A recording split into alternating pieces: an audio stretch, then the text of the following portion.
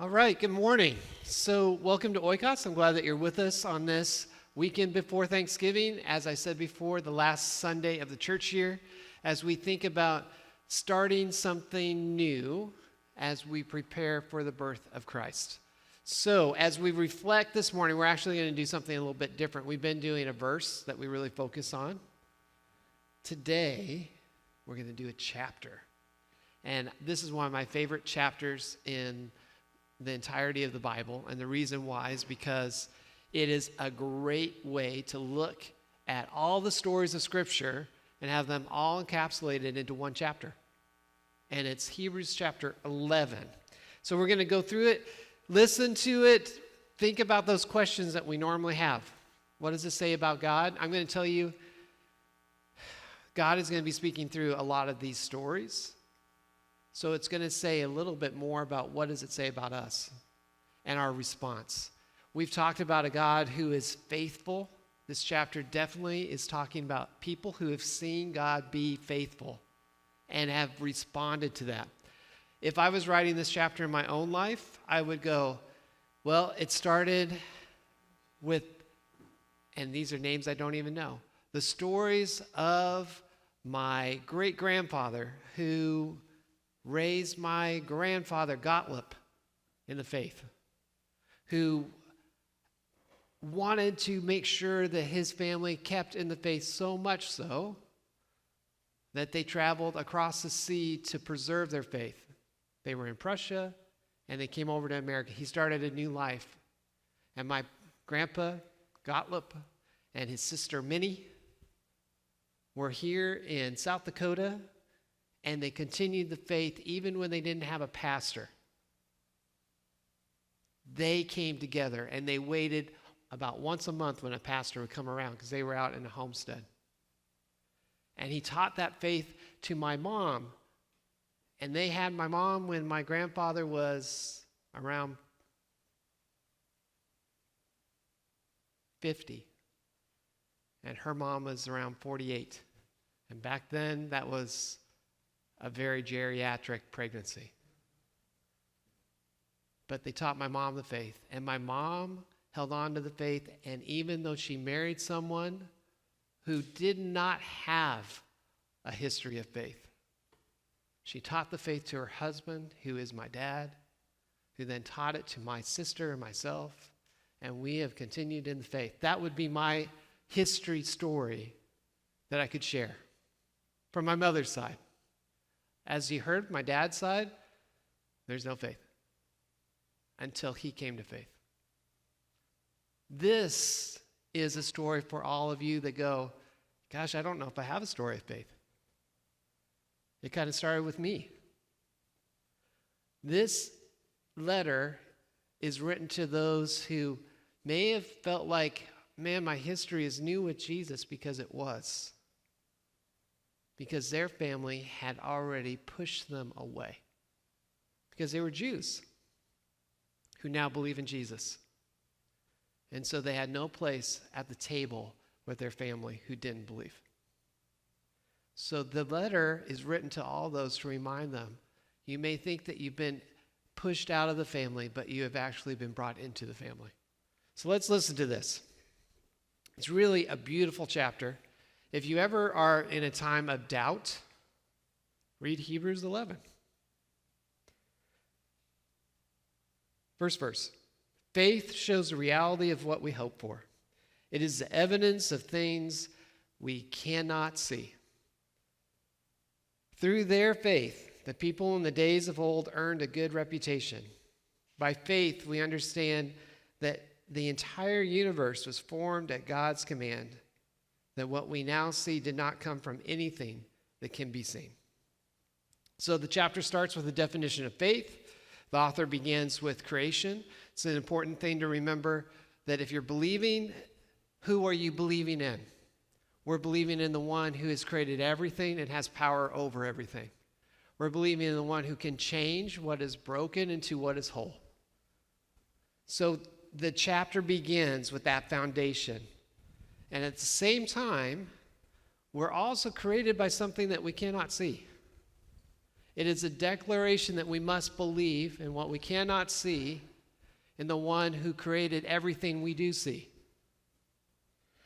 Verse 4, it was by faith that Abel brought a more acceptable offering to God than Cain did. Abel's offering gave evidence that he was a righteous man, and God showed his approval of his gifts. Although Abel is long dead, he still speaks to us by his example of faith. Abel, son of Adam, first person to die. The first person to experience the fullness of sin. And what sin has brought. Death. Abel responds to God faithfully. He never got to walk in the Garden of Eden. He never got to walk with God in peace. He was only told about it by his father, Adam. And it's in his response in someone whom he had not seen that he was faithful. All he knew was the stories that Adam told him, which were probably wonderful, beautiful. This was a beautiful place. We got to walk and eat wherever we wanted to. And then, who knows how Adam said it? Then your mom messed up. And, you know, she kind of bosses me around, so I just did what she said. And it all screwed up. And now we don't have that. And Abel said, well, tell me the rest, Dad. Well, God said that there would be a promise, that he would make things right. And from that story, Adam, that he spoke to his son Abel, Abel responds to a creator he had not seen. Only his father had. Verse 5. It is by faith that Enoch was taken up to heaven without dying. He disappeared because God took him.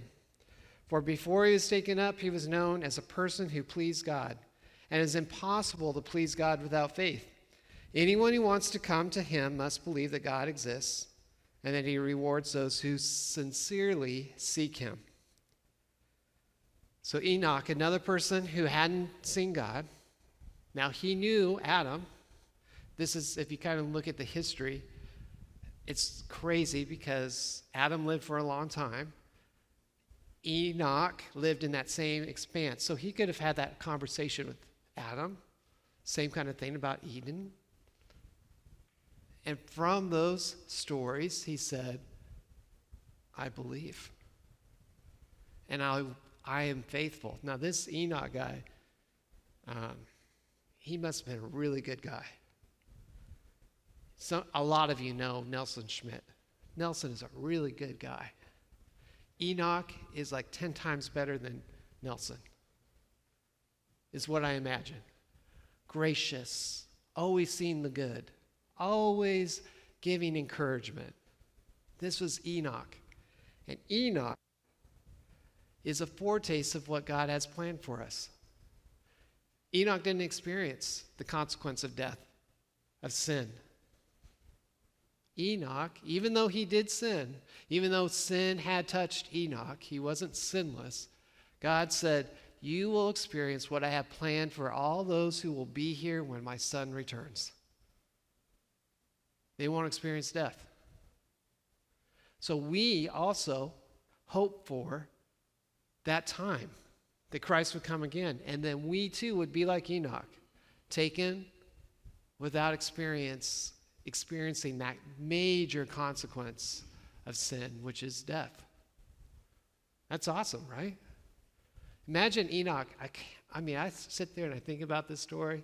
Enoch just having a great day, telling people how wonderful everything is. And then God goes, hey, Enoch, let's go. Okay. Can you imagine that day? Enoch doesn't experience death, but he gives us a taste of what it'll look like when Christ comes again. Verse 7, it was by faith that Noah, everyone knows Noah, right? That's a well-known story. Built a large boat, or an ark, to save his family from the flood. He obeyed God, who warned him about things that had never happened before. By his faith, Noah condemned the rest of the world, and he received the righteousness that comes by faith. Faith encourages us to do things that others will not. Faith encourages us to walk in ways that others would say are ridiculous.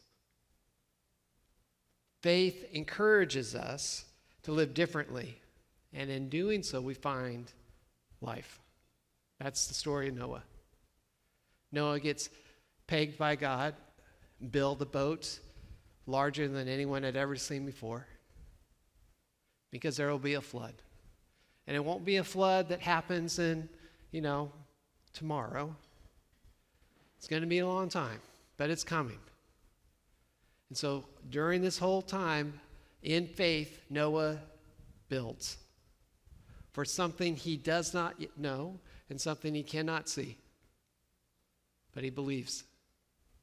He lives life differently because God asks him to. And so Noah, living differently, got scorned. He was told he was crazy. Everyone, you can imagine what it would be. And in that, God's promise exists through Noah, the righteousness of God, where God said, through Noah now, I will start again. And my promise of a son will come through his line. So that's Noah. Verse 8. It was by faith that Abraham obeyed God when God called him to leave home and go to another land that God would give him as an inheritance. He went without knowing where he was going. And even when he reached the land God promised him, he lived there by faith, for he was like a foreigner, living in tents. And so did Isaac and Jacob, who inherited the same promise. Abraham was confidently looking forward to a city with eternal foundations, a city designed and built by God. Faith moves us to go where no one else will go. It moves us to take a risk where others would say, that's ridiculous. Abraham was well situated where he was. It wasn't like when God called him to do this, he was destitute. In fact, Abraham was a very rich guy. But God said, go. If you're an adventurer, Abraham is your guy. I love Abraham because that's when I first read Abraham's story and when I was beginning my adult life, I really thought, man, that is an example of faith. Go where you don't know where you're going. Go into a place where no one else can give you security. You have to rest on the providence of God. And that's why I was a missionary. I wanted to, in a sense, test this promise. And I'll tell you, you can never out-test God because God is always faithful. Verse 11. It was by faith that even Sarah was able to have a child.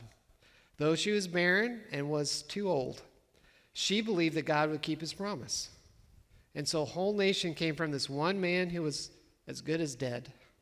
A nation with so many people that like the stars in the sky and the sand in the seashore, there's no way to count them. So again, in this story, we have Abraham and Sarah. Abraham was real old, Sarah's real old. They're told that they're going to have a little baby. Sarah goes, okay. And we don't get all the doubts that are in the story in this one. We only get the righteous part of this is their response. And isn't that true with people? God looks at your righteousness, not all your failures. So what's awesome is that when you respond faithfully, but you go, oh, my motives are really off on that. He responds to you and remembers you just like he remembers Sarah. Not as someone whose motives were off, but as someone who responded. So Sarah has a child. Faith moves us to believe what is impossible. Sometimes in life, God is inviting you to believe just that, the impossible. Because he's going to do something that says, when all odds are against you, I'm going to overcome those odds. Verse 13. We have to keep going. This chapter is long, so I'm just making sure that you guys all know that the rest of this goes a little bit faster. Verse 13. All these people died still believing. So here's kind of a summation of what we just heard.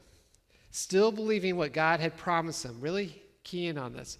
All these great figures of faith believed in what God was promising them, but they died, except for Enoch. They did not receive what was promised. Do you hear this? They didn't receive the full promise, but they saw it all from a distance and welcomed it. They agreed that they were foreigners and nomads here on earth. Obviously, people who say such things are looking forward to a country they can call their own. If they had longed for the country they came from, they could have gone back. But they are looking for a better place, a heavenly homeland. That is why God is not ashamed to be called their God, for he has prepared a city for them. And this is true for us. We are waiting for Christ to come again, to restore the things, to bring us into what we'd say the city of heaven, a paradise, a wonderful place that would put this place to shame, but in a sense is the restoration of what we're already experiencing. That's why we see it from a distance. When I have a really good friendship, when I say, Robert's a really good friend, what I see here from a distance is that friendship, when Christ comes again, this is just a small glimpse of what it's going to be. When I see, some of you would say, this is such a beautiful church and how it's built. This is just a small little glimpse of what God has planned. When you go on a vacation and you see a beautiful thing outside, like the Grand Canyon or the mountains of Colorado, that is a small glimpse of what God has planned. No one can know when Christ is going to come again. It could be now, or it could be 1,000 years from now. We're called to live in the same sense of those 6,000, 5,000, 4,000, 3,000 years ago who heard this promise, just like Abel heard the promise, and died, but lived because he knew that God was faithful. And he believed. So verse 17, it was by faith that Abraham offered Isaac as a sacrifice when God was testing him. Abraham, who had received God's promises, was ready to sacrifice his only son Isaac, even though God had told him, Isaac is his son, through whom your descendants will be counted. Abraham reasoned that if Isaac died, God was able to bring him back to life again. And in a sense, Abraham did receive his son back from the dead. Faith allows us to do hard things when we don't even understand how they'll all work out. Abraham didn't know how. He only knew that God was faithful and that God was true to his word. So no matter what the Lord was asking him to do, even if it went against, or at least what he thought went against the promise of God, God would somehow make it work out. That was the faith, again, of Abraham. So the next section that we get into, this is starting verse 20 through 31. It's really meant to be read without stopping. At least this is what I believe. It's God working through his people of faith. So listen to this as we kind of go through this. Some of these names are going to go, I remember that name. Some of these names are going to go, I don't even know who that is. I hope that prompts you to look them up. Read their story. Be encouraged. Verse 20. It was by faith that Isaac promised blessings for the future to his sons, Jacob and Esau. It was by faith that Jacob, when he was old and dying, blessed each of Joseph's sons and bowed in worship as he leaned on his staff. It was by faith that Joseph, when he was about to die, said confidently that the people of Israel would leave Egypt. He even commanded them to take his bones with them when they left. It was by faith that Moses' parents hid him for 3 months when he was born. They saw that God had given them an unusual child, and they were not afraid to disobey the king's or Pharaoh's command. It was by faith that Moses, when he grew up, refused to be called the son of Pharaoh's daughter. He chose to share in the oppression of God's people instead of enjoying the fleeting pleasures of sin. He thought it was better to suffer for the sake of Christ than to own the treasures of Egypt, for he was looking ahead to his great reward. It was by faith that Moses left the land of Egypt, not fearing the king's anger. He kept right on going because he kept his eyes on the one who was invisible. It was by faith that Moses commanded the people of Israel to keep the Passover and sprinkle blood on the doorposts so that the angel of death would not kill their firstborn sons. It was by faith that the people of Israel went right through the Red Sea. Sorry, I just skipped. It is by faith that the people of Israel went right through the Red Sea as though they were on dry ground. But when the Egyptians tried to follow, they were all drowned. It was by faith that the people of Israel marched around Jericho for 7 days, and the walls came crashing down. It was by faith that Rahab, the prostitute, was not destroyed with the people in her city who refused to obey God, for she had given a friendly welcome to the spies. Listen to those. We have prostitute. We have marching around a city to pull down the walls. We have walking through a sea on dry land. We have an oppressed people who had been oppressed and in slavery for hundreds of years, freed by the command of a guy who rejected his royalty and became one of his people who were slaves. This is our God, doing impossible things that everyone goes, and even today would say, well, I don't know if that really happened. Even here, the Hebrew writer is not writing these things as, we're not sure if they really happened, but as, this is what happened. This is your story.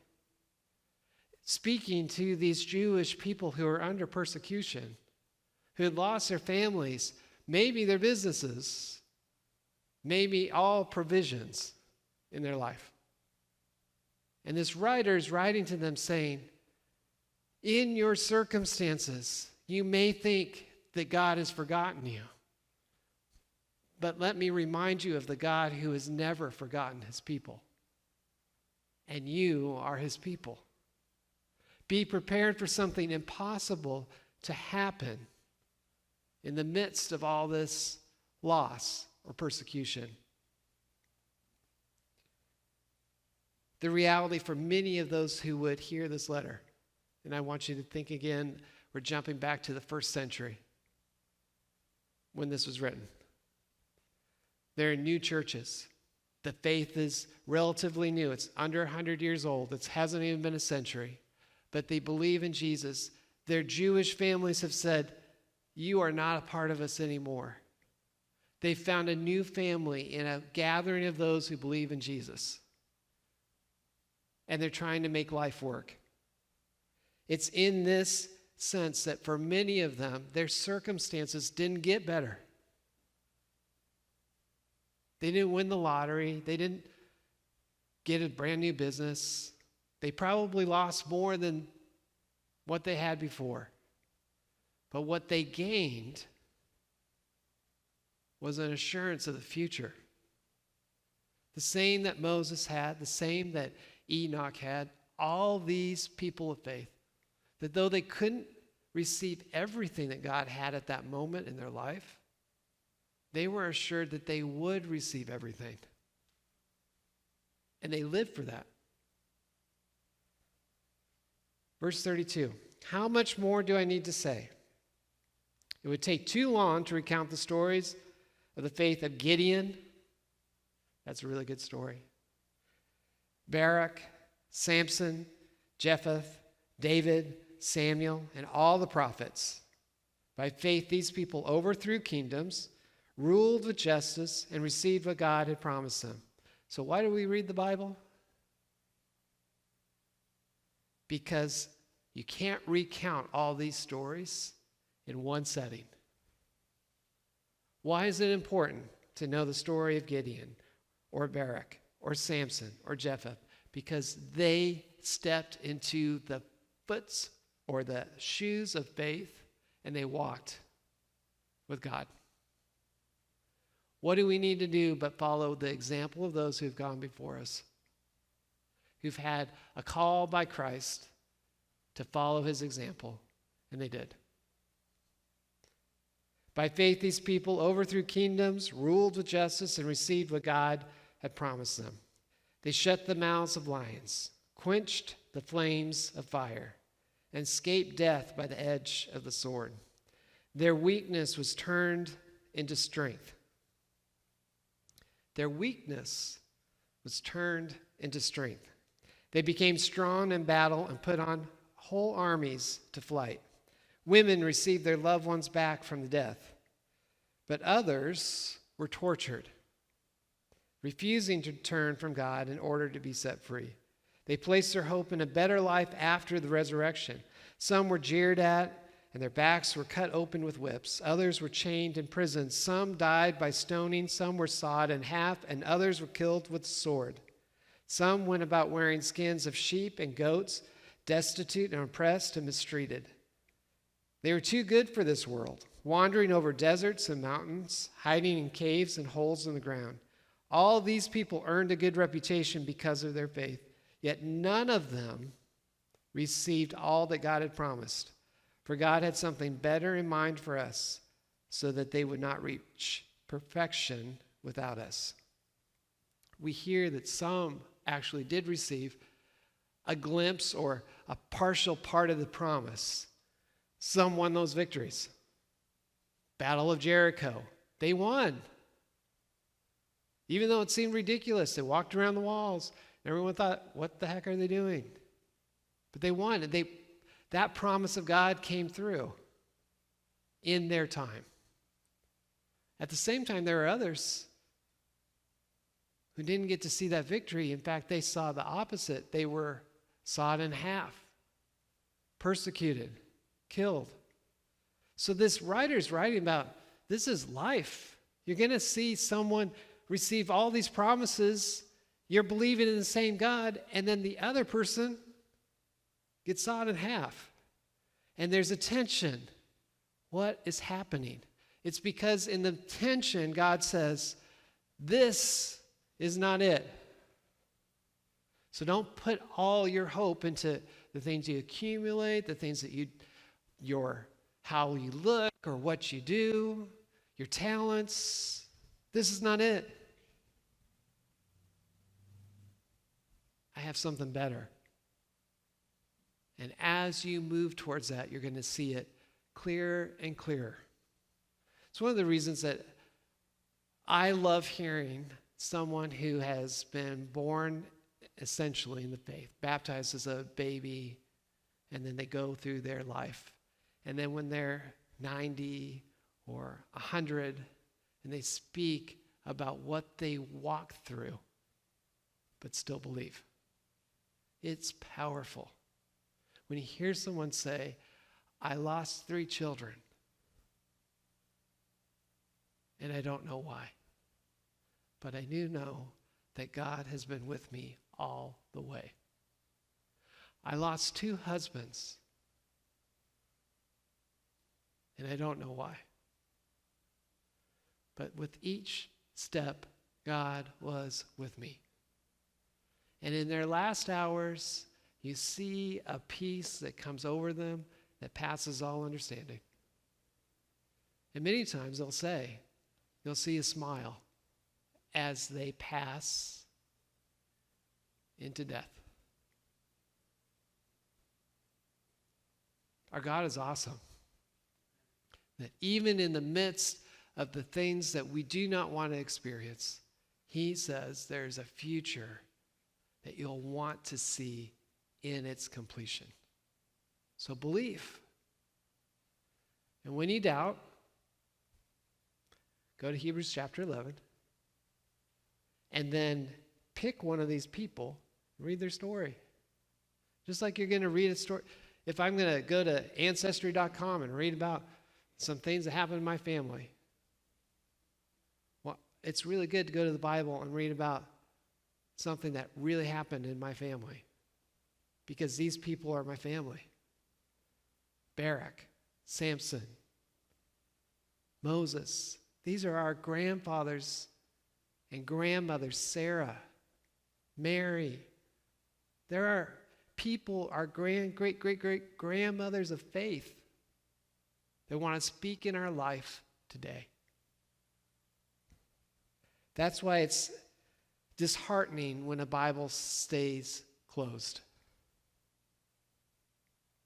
because there's so much for you to step into and be encouraged for your future.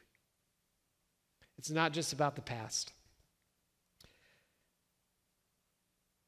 So at the same time that we are experiencing circumstances that may not be what we'd say favorable, God says, believe. Believe that there's something better coming. And so we have faith. And as we have faith, we wait for Christ to come again. And that's what this day in the church year is about. Waiting for Christ to come again. We're going to celebrate that he did come in the flesh in a few weeks. But that should always prompt us to go, if he came once and fulfilled that promise, then surely he will come again and fulfill the final promise, where all things will be made right. I think about Jace, he has a broken foot. There will be no more broken feet. He can play basketball and not worry about someone breaking his foot or himself. I think about those who have lost someone recently, and you have tears. We have that verse from Revelation. There will be no more tears, because all will be made right. All that is broken will be made whole. So we wait for Christ to come again. And when that day comes, and wouldn't it be great if it was tomorrow? God is asking us to be anticipatory, to be in anticipation that it could be. So he asks us to live our lives as if it will be. That we're preparing and worshiping and believing in a God who never fails to seek after us, to love us, to chase after us, and to be present in our life today so that we can be in his forever. It's a good place to be. As we end this year, as a church, think about who you need to share that with. There's probably a family member who is either experiencing depression or is sick. I think in our own family, Sarah's mom has cancer right now. She's battling through that. These are things that we need to share with her. Remember the people who have gone through these things, but God has been with them all the way. And we keep sharing the same things. Martha has heard these stories. She was a Lutheran school teacher, so she's taught all these stories over and over again. She could probably go through this list of people and go, yeah, I did that lesson, that lesson, that lesson, that lesson. But there's nothing like hearing it from someone else. It's not about what you know, it's about what God is doing. Listen to his words and let them be powerful in your life. Let's pray. Heavenly